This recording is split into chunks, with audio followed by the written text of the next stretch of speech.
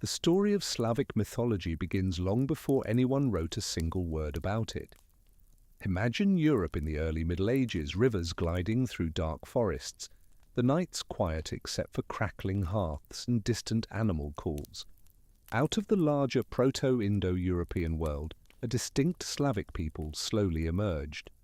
Around the 5th century AD, archaeologists see their traces appear like soft footprints, simple undecorated pottery, half-sunken houses, and clusters of villages stretching from the Carpathian Basin to the valleys of the great rivers like the Dniester and the Dnieper. These were not yet kingdoms, but small communities, feeling their way into a new identity. Cultures such as the Prague Korčak and Penkovka form the earliest recognizable Slavic patterns. Their houses often sank partly into the earth, keeping families warm in winter and cool in summer. In places like Zimno in western Ukraine or Bernashivka, excavations reveal homes arranged around central hearths, the fire glowing at the very heart of life. Around those hearths, people cooked, told stories, and whispered prayers. Small clay figures appear in the soil, little human shapes and simple idols that scholars interpret as household gods and protective spirits. To those early Slavs, religion was not separate from daily life. It lived in the warmth of the fire, in the smoke that rose toward the sky, and in the quiet corners of the home. From the 5th to the 7th century, these early Slavic groups drifted along rivers like living threads, weaving themselves into the landscape. The Dniester, the Dnieper, the Vistula, and their tributaries guided canoes and rafts, linking one settlement to another. Over time, people began to treat these rivers as more than roads. They became sacred beings in their own right, honored with offerings of broken pots, animal bones from ritual feasts, and small metal gifts dropped into the current. As you settle in and let your eyes grow heavy, you can almost hear the murmur of those ancient waters carrying prayers downstream into the dark. As centuries passed, the religious life of these communities grew more complex. The Penkovka culture, which followed the earlier Prague Korčak horizon, shows signs of ritual buildings and more elaborate burials. Graves include carefully arranged goods, jewelry, weapons, tools, and food, all meant to accompany the dead into the unseen world. The division between the sacred and the ordinary remained thin. Villages rose near rivers, hilltops and clearings that carried special meaning. Fire altars appeared, surrounded by circles of stone, tracing invisible boundaries between this world and the realm of the divine. In the countryside, far from the influence of great Christian centers like Byzantium, older practices remained strong. Even when Christianity began brushing against Slavic lands in the 6th and 7th centuries, rural people kept their own rhythms. Archaeologists at sites such as Sinja near Belgrade find ritual complexes, circular arrangements of stone, central fires, and layers of ash and offerings. These places whisper of continuity, older Proto-Slavic fire cults reshaped but not erased. Elevated spots near springs or rivers were particularly important. Pots were smashed there as offerings, metal ornaments were buried, and animal bones from sacrificed beasts were carefully arranged as if to feed unseen guests. Across this widening world, some sanctuaries were aligned toward the 4 directions, the rising and setting of the sun, or key points on the horizon. At a place like Grossmaining in Austria, an early Slavic ritual site orients its layout toward the cardinal directions, hinting at astronomical observation intertwined with worship. The people who gathered there were not simply afraid of nature, they were trying to read it. They watched the sky, traced the path of the sun and moon, and tied their stories to the turning of the heavens. As you listen, you can imagine standing at one of those hilltop shrines at dusk, the last light fading, priests and elders quietly marking where the stars will appear. For the Slavs, memory lived not in books but in voices. Unlike some of their Germanic or Celtic neighbors, Early Slavic communities left no written record of their pre-Christian myths. Everything was carried in songs, prayers, and tales told by firelight.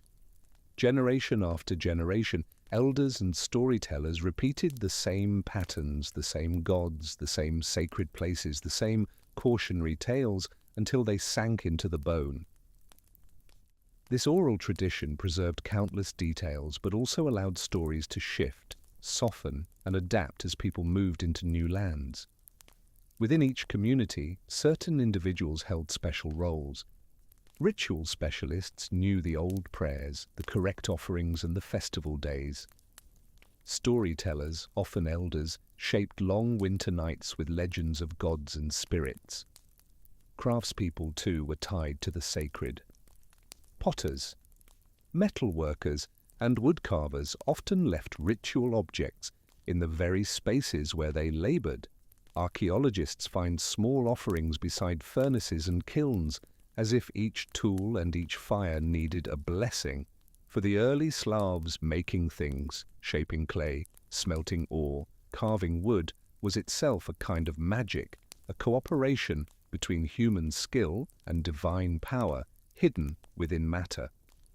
When scholars later tried to reconstruct Slavic mythology, they had to rely on scattered fragments, medieval chronicles written by Christian monks, scraps of folklore collected centuries afterward, and linguistic clues buried inside old words. Chronicles like the primary chronicle of Kievan Rus mention pagan gods, but always through Christian eyes, calling them demons or false idols. Folklore from villages, songs, charms, and fairy tales preserved ancient patterns but in disguise. Even so, when one compares these fragments across Slavic lands, clear shapes begin to reappear, like constellations emerging through thin clouds. As you drift further into relaxation, you are following that same slow reconstruction, piece by quiet piece. Language, surprisingly, turned out to be one of the most faithful keepers of the old religion. Religious words tend to be conservative, they resist borrowing and survive long after temples crumble. When linguists compare Slavic languages and trace them back to a common Proto-Slavic root, they find a network of sacred terms. There are old words for the holy, for sacrifice, for divination, for sacred groves, for festivals tied to the changing seasons. Even when the gods themselves were renamed, these words, like faint fingerprints, remained. From these linguistic traces, scholars can glimpse a Proto-Slavic pantheon. At its peak stood powerful gods tied to natural forces and cosmic structure. There was a thunder god whose name survives in forms like Perun, wielding lightning and guarding oaths. There was Svarog, the bright skyfather and divine smith, associated with fire and law. A solar benefactor, later known as Dazbog, carried the sun across the sky, bringing warmth, wealth, and justice. Deep beneath the surface lurked Veles, a chthonic deity of cattle, magic, the underworld, and wild places. And beneath and beyond them all, older and more mysterious, lay figures like Rod, the principle of birth and kinship, and the Rozhanitsi, goddesses of fate and destiny. Sacred vocabulary also reveals complex ideas about space and time. There are old roots for holy that cluster around groves, hilltops, and festival days. Terms for sky, earth, and underworld connect to a tripartite cosmos, a bright upper world of gods, a middle world of humans and spirits, and a dark, fertile underworld of ancestors and hidden riches. Words for luck, fate, and God-given suggest a theology where human life unfolds between destiny and choice, watched by unseen beings. Imagine those words as tiny vessels, each carrying a drop of the old religion into the present, even as you quietly relax and let them wash past you. At the heart of much Slavic belief stands Perun, the Thunderer. Picture an oak-covered hill above a settlement, the sky darkening, storm clouds gathering. People look up, feeling the charge in the air, and think of Perun striding across the heavens. In the primary chronicle, Prince Vladimir of Kiev is said to have erected an idol of Perun with a silver head and golden moustache. That image captures his character, shining, warlike, majestic. He rules thunder and lightning, but more than that, he embodies order, law, and righteous fury against oath-breakers and monsters. Hilltop sanctuaries dedicated to Perun often combine stone platforms, sacred oaks, and evidence of fire rituals. Iron tools and weapons found at these sites suggest that blacksmiths held a special place in his cult. In some myths, Perun is imagined as a divine smith, forging lightning bolts in a heavenly forge. When his bolts strike, they punish liars, traitors, and those who offend the sacred. Treaties between princes were sometimes sworn in his name, with the understanding that perjury invited a deadly flash from the sky. To invoke Perun was to call on the highest court of justice, beyond any human judge. Perun's world was not peaceful. His story is intertwined with a shadowy rival, Veles, the lord of the underworld, cattle, magic, and trickery. In myth, Perun and Veles clash again and again. Veles steals cattle or people, or even the thunder god's wife or child, and flees into forests, swamps, or the roots of the world tree. Perun chases him, hurling lightning bolts that crash into trees, rocks, or hills where Veles hides. Their conflict explains storms and droughts, the cycling of seasons, and the tension between order and wildness. As this old drama plays out in your mind, it becomes a soft, distant rumble, like a storm heard from the safety of a warm room. Before Perun's thunder and Svarog's celestial forge, there was Rod. His name is related to birth, kin, and lineage. He is less a personified god in armor and more a principle, an unseen source from which life, family, and destiny flow. Medieval Christian writers trying to stamp out old beliefs complained often about the stubborn worship of Rod, suggesting that even after official conversion, people still whispered his name in private rites. That very hostility tells us how deeply embedded he was in Slavic religious consciousness. Alongside Rod stood the Rozhanici, feminine figures of fate whose name is bound to birthing and destiny. Imagine a quiet cottage at night, a child just born, the room dim and warm. Offerings, bread, cheese, honey are laid out on a small table. These are meant for the Rozhanici, who are believed to arrive unseen to bless the newborn, measure its lifespan, and weave its destiny. They are benevolent, yet also stern. They reward generosity, fairness, and respect for the sacred, and they mark those who live selfishly or violently. Their presence turns every birth into a sacred negotiation between family hopes and cosmic design. Archaeological traces of these beliefs appear not in grand temples, but in the intimate spaces of homes. Small clay figurines, simple offering bowls, and patterns etched into domestic objects hint at Rod and the Rozhanici being honored at the household level. For the Slavs, fate was not a cold, impersonal force, but a living relationship. Destiny could be softened, redirected, or strengthened through prayer, offerings, and right conduct. In this view, your life is a thread woven into a vast tapestry, guided by unseen hands but influenced by every choice you make. That idea, quiet and steady, makes the world feel both mysterious and strangely reassuring. Svarog, the great Skyfather, presides over a different layer of the Slavic cosmos. His name is linked to brightness, heat, and sacred fire. If Perun is the roaring storm and Dashbog the blazing sun, Svarog is the deep, enduring law behind them, the one who set the heavens in motion and established the order by which they move. Medieval sources call him the father of other deities, particularly of Dashbog, the solar giver.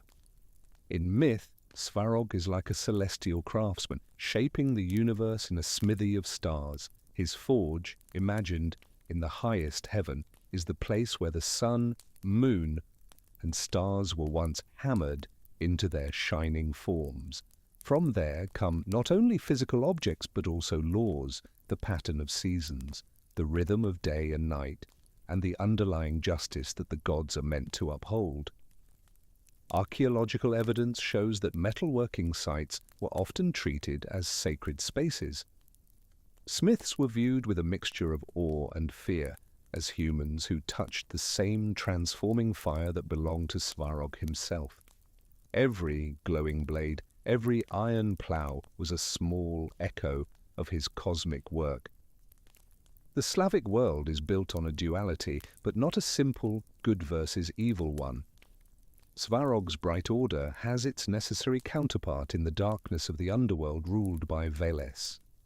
Sky and earth, light and shadow, law and cunning, culture and wilderness, all of these oppositions build a vibrant, balanced cosmos. The gods argue and battle, but their conflict keeps the universe alive and renewing itself. As you let these ideas settle into the background of your mind, they become like softly turning gears in a clock, keeping time while you drift deeper into calm. Beyond the great gods on hilltops and in the sky, the Slavic world is crowded with smaller, closer beings. Nature and everyday life are full of spirits, in the house, in the forest, in the fields, in rivers and lakes. These beings are not distant abstractions. They live in the same spaces people do, sharing hearths, paths, and water. For an early Slavic villager, religion was not something one went to once a week. It surrounded you like the air. In the creak of the rafters, the rustle of trees, and the murmur of streams. The most intimate of these spirits is the domovoi, the household guardian. Old descriptions portray him as a small, bearded figure, covered in grey hair, living behind the stove, under the threshold, or within the walls. He knows every secret of the family, all its joys, quarrels, and sorrows. When he is pleased, the house feels safe and warm. When he is offended, things go wrong, milk sours, dishes break, and sleep is troubled by heavy dreams. Archaeologists often find small offerings buried at thresholds and near hearths, bits of bread, grains, tiny vessels. These are likely gifts for the domovoi, tiny thanks for his unseen work. The relationship with the domovoi is reciprocal. Families are expected to show him respect through small rituals, placing bread on the table at night, speaking politely about him, and avoiding loud arguments that disturb the spirit.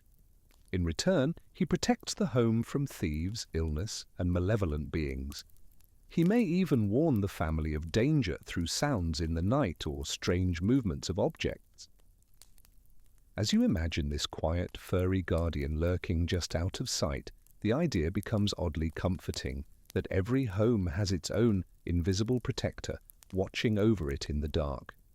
The domovoi's care extends beyond people to animals.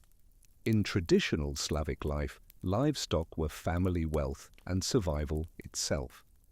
The household spirit is said to watch over horses, cattle, and chickens, blessing them when he is content and troubling them when he is not. Tangled manes, restless herds, or unexplained illnesses are seen not only as practical problems, but as signs of spiritual displeasure. Conversely, animals that thrive, find their way home, and avoid predators are thought to be under his gentle protection. When a family moves to a new house, special care must be taken not to leave the domovoi behind. Folk tradition describes rituals where a burning coal from the old hearth is carried to the new one, accompanied by whispered invitations for the spirit to come along. Sometimes a favorite tool or symbolic object is moved with the same intention. Archaeological evidence hints that families may also have kept small, portable shrines or charms that anchored the spirit's presence. Without the domovoi, a new house feels hollow and vulnerable, like a body without a soul. The domovoi's concern is often especially tied to women's work and domestic order. In many tales, he rewards diligent wives and mothers with small help, bread that bakes well, spinning and weaving that goes smoothly, children who sleep soundly. He punishes laziness or cruelty with minor mishaps, spilled water, broken pots, or more serious disturbances. During winter, he stays close to the hearth, especially active when nights are longest and dangers are greatest. In spring, thorough cleaning and fresh offerings symbolically renew the relationship with him as the household prepares for a new agricultural year. In this way, even the cycles of chores and seasons become part of a quiet spiritual dance. Beyond the boundary of the village, another spirit rules, the forest guardian, often called the leshy. Picture entering a deep Slavic forest, the light swallowed by leaves, paths twisting unexpectedly, every tree seeming to watch you. This is the leshy's realm. He is described in many changing forms, sometimes towering so tall his head touches the treetops, sometimes small as a shrub, sometimes resembling a weathered woodsman with bark-like skin and green hair. His eyes glow faintly, and his voice can mimic any sound in the forest. Ritual offerings found at the bases of old trees, bits of metal, food, cloth, suggest that people tried to win the leshy's favor, especially hunters and woodcutters. If respected, he can guide travelers, send animals toward traps, and keep wolves away from village edges. If angered, he can twist trails, lead people in circles, break tools, or send dangerous beasts close to human settlements. Tales describe hunters whose arrows inexplicably miss, lumberjacks whose axes shatter, and wanderers who walk for hours only to return to the same clearing again and again. All of these misfortunes are blamed on the unseen hand of the leshy. Forests in Slavic lands are not just backgrounds, they are living, breathing worlds with their own rules and justice. The leshy enforces a kind of ecological law. Do not take more than you need. Do not harm sacred groves. Do not act arrogantly in wild places. He can command animals, directing predators away when relations are good, or toward people who have broken the unwritten rules. In some stories, neighboring forests have their own leshies, who quarrel, cooperate, or meet for strange gatherings. As you imagine those shadowy woods, you may feel both the fear and the fascination that ancient villagers felt, knowing that beyond their fields lay a world ruled by a being who saw everything and spoke in the language of wind through branches. Water, too, is full of spirits, and among the most haunting are the rusalki. Their stories are woven from tragedy. A rusalka is often said to be the restless soul of a woman or girl who died by drowning, through accident, suicide, or betrayal. In death, she becomes something both beautiful and dangerous, a pale, radiant figure wandering riversides and lake shores with long, wet hair and eyes that reflect starlight. Her voice is irresistibly sweet, her laughter soft and distant, like ripples on still water. The rusalki are known for their deadly seduction. Many tales describe young men drawn by their singing at night, stepping too close to the water's edge. The rusalka beckons, dances, perhaps even embraces her victim, until he is pulled beneath the surface, never to rise again. Those who drown may join her as new water spirits, increasing the community of the dead beneath the waves. Not all rusalki are cruel, however. Some, especially those who died innocently, are said to watch over children swimming, warn travelers of danger, or protect springs and wells from pollution. There is even a special period, Rusalka Week, just before Pentecost in some traditions, when their powers are believed to peak. During this time, people avoid risky behavior near water and make offerings, cloth, food, or flowers tossed onto the surface to appease them. Archaeologists find deposits of textiles and small goods in ancient water sites that fit such practices. The rusalka embodies the double edge of water, its beauty and its peril, its generosity and its hunger. As you imagine a moonlit river, you might feel the gentle pull of that mystery, but from the safety of your bed, it becomes nothing more than a soothing image, a silver ribbon winding softly through the night. Complementing the feminine rusalki is a more massive, masculine figure, the vodianoi, the water lord. He is usually depicted as an old man, bloated and greenish, with a beard tangled in weeds, skin like wet bark and iron teeth. He lives in a submerged palace made of sunken timbers, drowned bones, and the lost treasures of boats and travellers. Every major river, deep lake, or bottomless pond is imagined to have its own vodianoi, each with a distinct temper and history. To fishermen and millers, the vodianoi is both patron and threat. In a good relationship, he brings fish into nets, keeps mill wheels turning, and holds back destructive floods. In a bad mood, he snaps lines, smashes boats, or drags the unwary beneath swirling currents.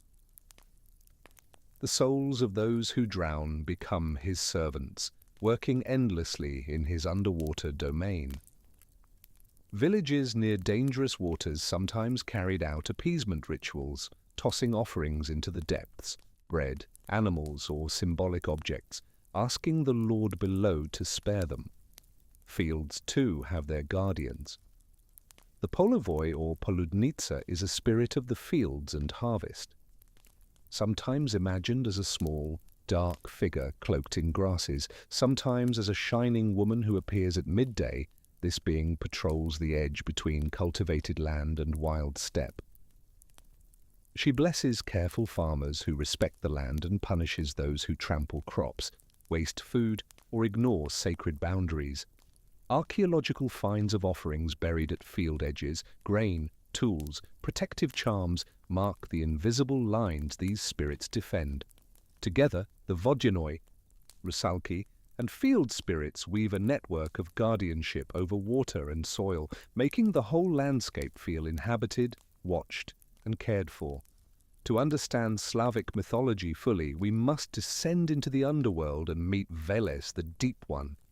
Where Perun crackles in the sky, Veles coils beneath the earth, associated with cattle, wealth, magic, poetry, and the realm of the dead. He is a shapeshifter, appearing as a great serpent wrapped around the roots of the world tree, as a shaggy, bear-like beast, or as a bearded elder with eyes like dark wells. His voice is said to sound like distant thunder, a low, rolling tone that can be comforting or terrifying. Veles rules the underworld pastures where herds of supernatural cattle graze, their milk nourishing the souls of the departed. In some tales, the hides of these animals become the raw material from which the gods weave the structure of the invisible world. He is also the keeper of hidden knowledge, the secrets of the earth, the mysteries of magic, the songs and stories that bind communities together. Poets, bards, and magicians are often linked to Veles in scholarly reconstructions, as though every spell and every epic tale were borrowed from his endless stores. In ritual life, Veles is invoked when people seek guidance through divination, protection during magical workings, or access to lost wisdom. Offerings to him may include animal bones, metal objects buried in the ground, or other items meant to rot and decay, symbolically descending into his realm. His eternal conflict with Perun, order versus chaos, sky versus soil, law versus cunning, is not about annihilating one side or the other. It is about maintaining a living balance. Without Veles, there would be no fertility, no depth, no mystery. Without Perun, there would be no structure, no safety, no justice. As you let your breathing slow, you can feel that balance as a gentle tug between the light and the dark within your own thoughts. The Slavic underworld is not a simple pit of punishment. It is a complex landscape with many regions reflecting the diversity of human lives. Archaeological evidence shows burials equipped with tools, weapons, jewelry, and food, as if the dead would continue living in a familiar way beyond the grave. Elite burials with rich goods suggest expectations of continued high status in the next life, while simpler graves with practical items hint at ordinary tasks carried on in a subtler realm. The journey of the soul is imagined as dangerous and demanding. After death, the spirit must travel along unseen paths, cross rivers of fire or water, through forests of shadow, and past guardians who question its worth. Tales hint at psychopomps, guides for the dead, appearing as birds, horses, or mysterious figures who lead souls toward their destinations. Archaeologists often find small animal figurines, bird-shaped ornaments, or miniature horses in graves, perhaps meant to accompany the departed on this crossing. Judgment in this cosmology focuses less on abstract sin than on relationships. Souls are weighed according to how they treated family, neighbors, animals, sacred places, and the invisible beings that share the world. Those who fulfilled their obligations, honored the gods, and lived with restraint may reach pleasant realms of ancestors and abundance. Others might wander restlessly, remain trapped near the living as dangerous ghosts, or sink into harsher underworld regions. Different categories of death: warriors fallen in battle, women who died in childbirth, children taken too soon, each had their own imagined resting places. In all of this, death is seen not as an end but as a transformation, a passage into a wider, more mysterious landscape. On the border between life and death stands one of the most famous Slavic figures, Baba Yaga.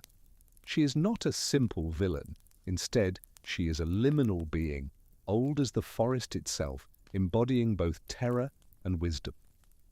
She appears as a skeletal old woman with iron teeth, tangled hair, and long fingers like roots. She flies in a mortar, steering with a pestle, erasing her trail with a broom. Her hut stands on chicken legs, turning to face those who call it a tiny house and a living creature at once. Her dwelling sits at the edge of the world we know. It is a threshold, a place where the living can cross into the realms of the dead, the spirits, or the gods. Travelers who stumble upon Baba Yaga often meet hostility at first. She threatens to eat them, sets impossible tasks, or bombards them with riddles. But if they show courage, politeness, and cleverness, she can become a powerful ally. She knows where hidden treasures lie, how to reach the kingdom of the dead, and what offerings to make to which spirits. In many tales, heroes would fail in their quests without her frightening assistance. The stories of Baba Yaga eating people are not simply about literal cannibalism. Symbolically, she strips away old identities. Those who enter her hut and survive are reborn in some way, wiser, stronger, transformed. Archaeologists have found ritual deposits, burned bones, broken pots, metal fragments, at boundary sites that could echo the sort of liminal rites her myths describe. She is the embodiment of the dark passage every soul must make and of the harsh teacher who prepares you for it. In a bedtime story, she becomes a reminder that even the scariest thresholds may hide guidance and renewal if you are brave enough to face them. Death itself appears in many guises across Slavic lands. Sometimes it is a skeletal figure in a tattered cloak, sometimes a pale woman, sometimes a distant, invisible force that sends illness or accident at the appointed hour. Whatever the form, these personifications serve as messengers of cosmic justice rather than random destroyers. Their task is to ensure that every living thing eventually completes its role and returns to the cycle. Psychopomp figures, guides who escort the dead, are closely tied to local landscapes. In coastal regions, souls might cross ghostly seas to islands of the afterlife. In mountain zones, they travel through caves and underground rivers. In forested lands, they move along shadowy paths beneath ancient trees led by birds or glowing animals. People placed miniature horses, boats, birds, or wheels in graves as spiritual vehicles, trusting that these objects would help the dead move safely. Beliefs about the afterlife, like the land itself, vary by region but share common threads. The dead remain interested in the living, responding to offerings, dreams, and prayers, Ancestors are invited to join feasts, to bless fields, to watch over children. Neglected dead, on the other hand, may become restless and troublesome. Through rituals, funerals, memorial meals, and seasonal visits to graves, communities tend the relationship between worlds. In the quiet of the night, as you listen to these images, you might sense how comforting it can be to imagine that those who have gone before still walk nearby, just on the other side of a thin veil. Above all these earthly and underworld realms stretches the sky, alive with meaning. Slavic communities built simple but effective astronomical observatories, stone circles, earthen alignments, and sanctuaries oriented toward sunrise and sunset. By watching where the sun rose at midsummer or midwinter, they could mark turning points in the year. The moon, too, was carefully tracked, its phases guiding rituals, planting times, and nights of divination. From these observations emerges the figure of Dazbog, the great solar giver. He rides across the sky in a golden chariot drawn by fiery horses, casting light and warmth on the world below. His name suggests a god who gives light, wealth, health, and justice. In some accounts, he is a son of Svarog, carrying out his father's cosmic laws through the daily cycle of dawn, noon, and dusk. Archaeological remains of circular sanctuaries, fire altars, and gold or amber objects suggest a vivid solar cult where flames and bright materials represented his radiant presence. People imagined Dazbog's year as a grand journey. In summer, he is strong and high in the sky, resting in bright palaces. In winter, he sinks low, traveling through dark regions, gathering strength for a new ascent. Seasonal festivals trace this pattern. Winter celebrations coax back the weak sun, spring rites welcome his revival. Midsummer rejoices in his fullness. Autumn thanks him for the completed harvest. As you picture the sun's slow arc overhead, you may feel your own days and years as part of the same gentle rhythm, rising and falling, brightening and dimming, always in motion. Solar worship in Slavic lands was not limited to a single deity. Another figure, often called Kors or Kolyas, seems to represent a different aspect of the sun, perhaps its winter form, or foreign influences woven into native belief. His name may carry echoes of Persian or Turkic contact, showing how Slavic religion could absorb and transform ideas from neighboring cultures without losing its core. At Prince Vladimir's pagan temple in Kiev, Kors appears alongside other major gods, suggesting real importance, even if his stories are less clearly preserved. The moon, by contrast, is associated with softer, cyclical powers. Lunar deities in Slavic lore are often feminine or connected with women's lives. Their domain includes monthly tides, fertility cycles, and the hidden growth that happens in darkness.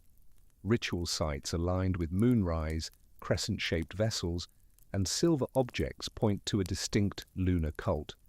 Women seeking help with conception or childbirth might turn to these goddesses, who were said to know the secrets of herbs, midwifery, and the delicate boundary between life and loss. Lunar time, measured by months, structured festivals, markets, and gatherings. Certain phases were considered ideal for divination, dream work, or communication with ancestors. Night, when the moon ruled and the sun withdrew, became the favored space for subtle magic. In this coordination of sun and moon, Slavic mythology sees complementarity rather than conflict. Male and female, bright and soft, day and night, rational law and intuitive insight, all must weave together. As you feel your own body slow toward rest, it is easy to imagine that you, too, move under those same twin lights, protected by their ancient dance. These celestial forces come closest to people through festivals, moments when the entire community steps into sacred time. Among the most vivid is Cupola Night, celebrated around the summer solstice. On this shortest night of the year, bonfires blaze on hilltops and riverbanks. People leap over the flames for purification and courage, believing the fire burns away illness, misfortune, and old sorrow. Sparks float upward like tiny stars, mirroring Dasbog's path across the sky. Water also plays a central role in cupola rites. At the height of the night, youths bathe in rivers or lakes, trusting them to cleanse and bless. Girls weave wreaths of flowers and herbs, sometimes with candles set in the middle, and float them on the water to divine future loves and fortunes. If the wreath drifts smoothly, marriage prospects look bright. If it sinks or snags, trouble may lie ahead. Archaeological finds of burned areas, special pits and deposits near waterlines indicate that such fire and water rituals are very old indeed. Herbs gathered on cupola night are believed to be stronger than at any other time. People roam fields and forests, carefully picking plants for healing, protection, or magic, guided by old teachings about which species to seek and when. The result is a night of luminous transition, from spring to high summer, from ordinary time to a window of heightened power. Today you can simply picture those fires and waters in your mind, letting them purify your thoughts as you drift, without having to leap over anything more dangerous than a memory. If cupola marks the peak of light, Maslenitsa marks the farewell to winter. This festival, traditionally held in the week before Lent or the spring equinox, fills the last cold days with warmth and laughter. People cook and share round pancakes, golden like little suns. The basic ingredients, flour, eggs, milk, carry strong symbolic meanings of fertility, abundance, and new beginnings. Eating them together in large quantities is both a feast and a charm for prosperity. Maslenitsa also features outdoor games, sledding, mock fights, tug-of-war, and visits between households. These activities shake off the heaviness of winter and reweave social ties that may have frayed during long months indoors. At the end of the week, a straw effigy representing winter is carried through the village with songs and jokes, then burned in a bonfire or thrown into a river. Ashes or remnants might be scattered on fields, joining symbolic death to real agricultural renewal. Excavated ash layers with mixed ritual objects point to these seasonal burnings as a long-standing tradition. Harvest festivals in autumn close the yearly circle. Communities bring the first and best fruits of their crops, sheaves of grain, vegetables, bread, sometimes animals, and dedicate them to gods, ancestors, and nature spirits. Only after the sacred portion has been offered can the rest be enjoyed. These celebrations include competitive displays of produce, songs praising good farmers, and rituals blessing storage barns and cellars. Preserving food for winter is both a practical task and a holy act, watched over by unseen helpers. As you imagine the year turning from planting to harvest to rest, you can feel a similar rhythm in your own life, times of effort, times of fruition, and times of quiet gathering in. Within this ritual world, warriors form a special class. The Slavic warrior cults develop distinct spiritual practices to prepare fighters for battle. Being a warrior was not just a job, it was a sacred calling that demanded courage, endurance, and a sharpened bond with the divine. Graves of elite warriors often contain weapons, armor, amulets, and ritual objects, suggesting that these individuals were seen as both fighters and religious figures. Stories and reconstructions speak of battle fury inspired by gods, especially Perun and warlike local deities. In this state, warriors moved as if possessed, fearless and unstoppable. They might feel no pain, see the battlefield with supernatural clarity, and act with uncanny timing.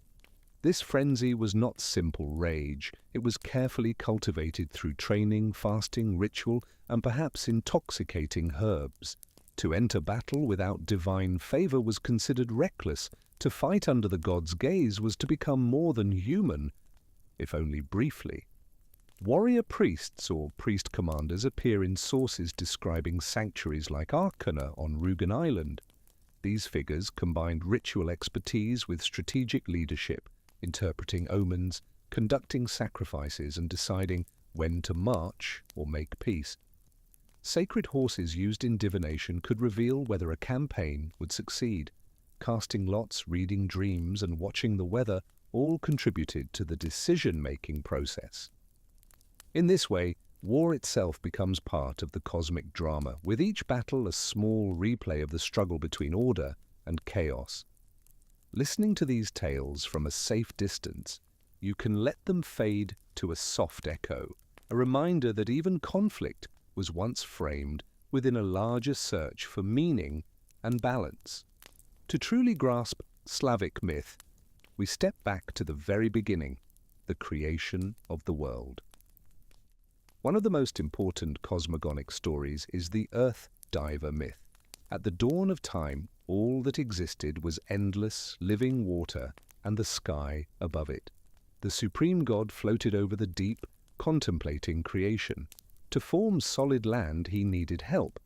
So he sent a divine helper, often later associated with Veles, into the depths to fetch a handful of earth or clay from the bottom. The dive is dangerous. The waters resist, churning and trying to drown the messenger. In some versions, the helper tries to hide part of the earth for himself, planning to create a rival world, but the stolen portion expands and nearly destroys him. In others, he barely returns with a tiny speck of mud, which then grows under the supreme god's breath into continents, mountains, and valleys.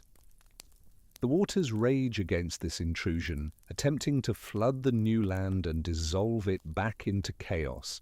Floods, storms, and earthquakes are later echoes of this original struggle between order and the wild sea of possibility. This myth teaches that creation is not a one-time event but an ongoing tension. Land must constantly be defended against sinking back into the waters of formlessness. Human effort, farming, building, ritual, cooperates with divine power to keep chaos at bay. Regional versions adapt the setting. Coastal Slavs imagine a salt sea, river dwellers a vast freshwater abyss, mountain people underground lakes beneath peaks. Yet the core story remains, a small, fragile piece of earth, wrested from danger, nurtured into a world. As you imagine that first island of land rising out of dark waves, you may sense your own consciousness floating above a sea of dreams, continually shaping them into a gentle landscape where you can rest. Once the earth existed, the universe needed a structure, and in Slavic thought, that structure is the world tree. Picture an immense tree whose roots sink deep into the underworld, whose trunk rises through the human world, and whose crown spreads into the sky of gods and stars. Its branches hold birds, spirits, and celestial palaces. Its roots snake through caverns, watercourses, and halls of the dead. Sacred groves, especially of oak, ash, or birch, were seen as earthly expressions of this cosmic tree. Archaeological evidence from such groves shows long-term ritual use, offerings buried around trunks, paths worn into the soil, simple altars under leafy canopies. People gathered there for festivals, oaths, and divination, believing that the world tree's vertical axis connected them directly to all three realms. Shamans or spiritual specialists are said, in later folklore and comparative studies, to climb the world tree in trance, traveling to upper worlds for counsel or to lower ones for healing and guidance.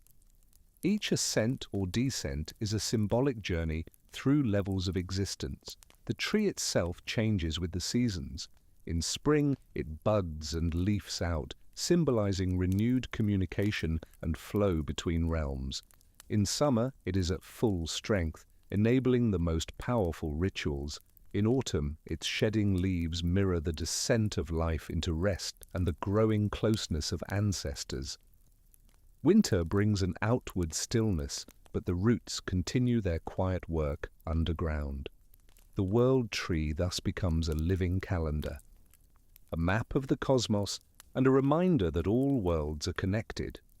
As you picture its trunk rising calmly through darkness and light, you might feel your own spine aligning with it, rooted, steady, and serene. Even a carefully built cosmos sometimes needs cleansing. Slavic traditions, like many Indo-European mythologies, tell of great floods that periodically wash the world clean. These deluges are not aimless disasters, they are responses to accumulated corruption. When humans neglect the gods, break oaths, exploit nature, or turn against each other, the delicate balance established at creation begins to fray. The waters, once subdued, swell again, eager to reclaim the land. In flood myths, the gods warn a few worthy individuals or families, a just man, a righteous couple, or a small community that kept to old ways. They are told to build a boat, climb a sacred mountain, or find refuge in the branches of the world tree. When the waters rise, everything else is swept away, cities, fields, even lesser spirits that have turned hostile. The survivors drift in a silent world of water until finally the flood recedes, revealing a refreshed earth. Animals emerge from hiding places, plants sprout anew, and the survivors begin the slow work of rebuilding. Archaeological finds of ritual deposits associated with water and evidence of ancient flood events suggest that real experiences of catastrophe underlie these tales. Yet the mythic framework gives them meaning. Floods become more than random tragedies. They are part of a cosmic pattern of decay and renewal. After each destruction comes an opportunity to live better, to respect the gods and the land more deeply. As you listen, this idea can become personal. Each deep sleep is its own small flood, washing away the day's noise so that you can awaken to a clearer, calmer world. In this carefully structured cosmos, humans have a special place. Slavic myths describe people as shaped from the same earth that formed the world, animated by divine breath. Clay or soil, molded by the hands of gods, is filled with spirit, giving rise to beings who belong both to the ground and to the heavens. This dual nature explains why humans can farm and build like other creatures, yet also pray, sing sacred songs and ponder their destiny. The divine spark within each person connects to Svarog's bright realm, even as the body belongs to Veles's fertile underworld. Because of this, humans are not passive. And they are partners in maintaining cosmic order. Their offerings feed the gods and spirits. Their moral choices either strengthen or weaken the fabric of the world. When they live honorably, crops flourish, animals multiply, and storms are tempered. When they turn greedy, violent, or neglectful, the balance shifts and misfortune follows. Social classes themselves are given mythic origins. Warriors are created with extra courage and fire, linked to storm and sky gods. Priests and ritual specialists receive heightened sensitivity to the unseen, able to read omens and lead complex ceremonies. Farmers and herders are endowed with deep connection to the soil, animals, and cycles of growth. Each group has sacred duties to protect, to mediate, to nourish. None is truly superior. All are necessary threads. As you consider this, you might feel your own place in the world, not as an accident, but as a role in a wide, quietly meaningful drama, unfolding day by day. As Slavic peoples spread across Europe, their shared religious core took on regional flavors. In the West, Slavic lands, roughly today's Poland, Czechia, Slovakia, and parts of eastern Germany, communities lived at a crossroads of Germanic, Celtic, and Christian influences. Here, powerful temple complexes rose, blending sacred architecture with fortification. Places like Rethra and Arkona on the Baltic coast became both religious centers and political strongholds. One striking West Slavic deity is Triglav, the three-headed god, His three faces look in different directions, symbolizing his knowledge of past, present, and future, or of sky, earth, and underworld. In one major cult center, his idol was reportedly covered with silver, each head representing a sphere of influence. Priests consulted him on matters of war, agriculture, and diplomacy, using sacred horses and ritual games of chance to interpret his will. With Triglav at their center, communities felt they had a single divine mind overseeing all aspects of their lives. Another Western figure, Rugievit or Rugavit, venerated among Baltic coastal Slavs, is described as seven-faced and armed with seven swords. Living in a maritime world, his worshippers relied on him for naval protection, favorable winds, and victory against Scandinavian and German foes. His temple, like others in the region, was encircled by earthworks and palisades designed to resist both spiritual and physical attacks. Archaeology reveals that such sites stored not only idols but also war booty, tribute, and communal wealth. In these fortified sanctuaries, religion and politics blended, with gods serving as the visible pillars of Slavic independence. Further south in the Balkans, Slavic settlers met older cultures, Illyrian, Thracian, Roman, and Greek. The mountain landscapes, hot springs, and deep valleys shaped a distinctive South Slavic mythic world. Here, the Slavic pantheon fused with local traditions of mountain gods, nymphs, and ecstatic cults. The result is especially visible in the figure of the Vela, often written as Vela or Vili, fairy-like nature spirits who embody the energy of wild places. Vili are usually portrayed as strikingly beautiful maidens with long hair and flowing garments, dwelling on peaks, in forests, or near springs. Mountain Vili are pale and shining like snow.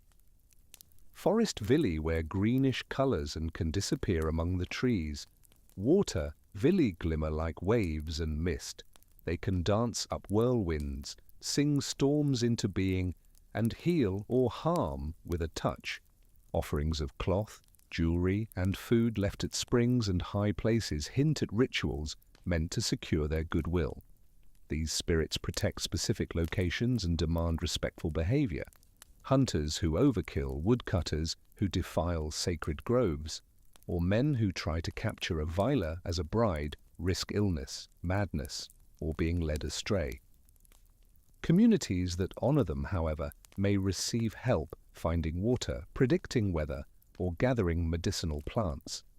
In the harsh but beautiful Balkan environment, Vili personify the land's charisma and danger. As you imagine their dances on moonlit slopes and their songs echoing between cliffs, you may feel the mountain wind in your thoughts, cool and cleansing. In the vast East Slavic territories, today's Russia, Ukraine, and Belarus, the mythic landscape stretches across endless forests and wide steppes. In the northern forest zones, dense woods, marshes, and long, icy winters dominate. Here, beliefs about the leshy, domovoi, and rusalki are especially rich, and tree worship flourishes. Offerings are made in forest clearings by ancient pines and oaks and near moss-covered stones. Rivers like the Volga, Dnieper, and Don become both trade routes and sacred arteries, home to powerful water spirits. In Ukraine, where forest and steppe meet, traditions blend. Steppe influences from nomadic neighbors bring in a stronger focus on sky gods, horses, and open horizons. Burial mounds, horse sacrifices, and solar symbols abound, merging with Slavic agricultural rites in a fertile middle ground. Here, the heroic figure of the mounted warrior under wide skies becomes central, tied to both war and sacred duty. Belarusian traditions, meanwhile, show strong forest and Baltic connections. Sacred groves, marsh spirits, and intricate rituals of seasonal renewal define the spiritual year. Across all East Slavic regions, the interplay of woods and fields, rivers and roads creates a mythic map where every feature of the environment has a spiritual counterpart. As you picture these wide territories, snow lying heavy on dark pines, wheat rippling under high clouds, rivers shining like metal under the sun. You can sense how myths arise naturally from such landscapes, like mist rising from water at dawn. Beyond the yearly festivals, Slavic religion weaves itself into every stage of human life. Birth is surrounded by protective rituals, amulets hung near cradles, special washing of mother and child, whispered blessings against envy or spirits. Archaeologists have found small, ceramic vessels and charms in domestic spaces that likely played a role in such rites. Naming ceremonies, too, carry sacred weight. A name binds a child to family ancestors and sometimes to a patron deity, shaping destiny from the very beginning. Coming-of-age rituals mark the transition from childhood to adult responsibilities. For boys, this might involve learning to hunt, fight, or herd animals, accompanied by tests of courage and endurance. For girls, instruction in domestic arts, herbal knowledge, and ritual duties prepares them for their roles. Both undergo symbolic trials, spending a night alone in a liminal space, perhaps, or completing a difficult task with minimal help. These initiations often coincide with key festivals, plugging individual growth into cosmic rhythms. Marriage ceremonies seal new households into the wider network of community and gods. Negotiations between families, processions, songs, and shared meals are all framed by blessings from deities of love, fertility, and home. Finally, death rites, wakes, funeral feasts, burial or cremation, and repeated memorial gatherings ease the departed into the realm of ancestors while ensuring they remain benevolent toward the living. Sacred groves, often used for major rituals, stand as the quiet heart of this cycle, with ancient trees witnessing countless births, weddings, and funerals. As you listen, you may feel your own life as one more thread in this great tapestry, woven through with beginnings, thresholds, and endings, each honored in its own way. Eventually, a new religion arrives. Christianity spreads into Slavic lands from the 9th century onward, carried by missionaries, merchants, and conquering rulers. Saint Cyril and Methodius bring a new alphabet and liturgy, while princes like Vladimir of Kiev formally convert their realms. Pagan idols are toppled. Perun's statue is dragged through the streets and thrown into the river. Sacred groves are cut down, churches razed in their place. Laws forbid offerings to household spirits, forest powers, or old gods. Yet the ancient beliefs do not vanish. Instead, they change shape.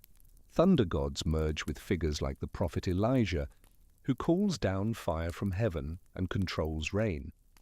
Veles, protector of cattle, blends with Christian saints who bless herds.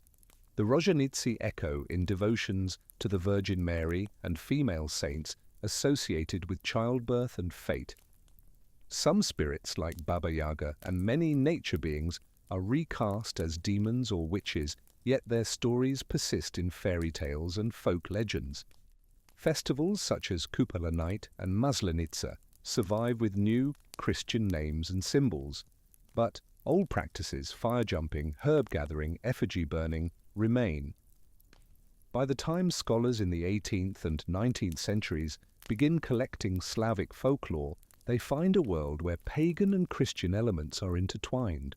Under the surface of village Christianity, they discover fragments of the old pantheon, bits of cosmogonic myths, and countless spirits still inhabiting homes, fields, and rivers. Today, Slavic mythology lives on in literature, art, film, and revived rituals, not as a rigid system, but as a flowing reservoir of symbols. As you let your eyes close, you can think of those ancient gods and spirits not as distant, forgotten beings, but as voices that still whisper through stories, through forests and rivers, and through the gentle rhythm of our own imaginations, quiet companions watching over your sleep.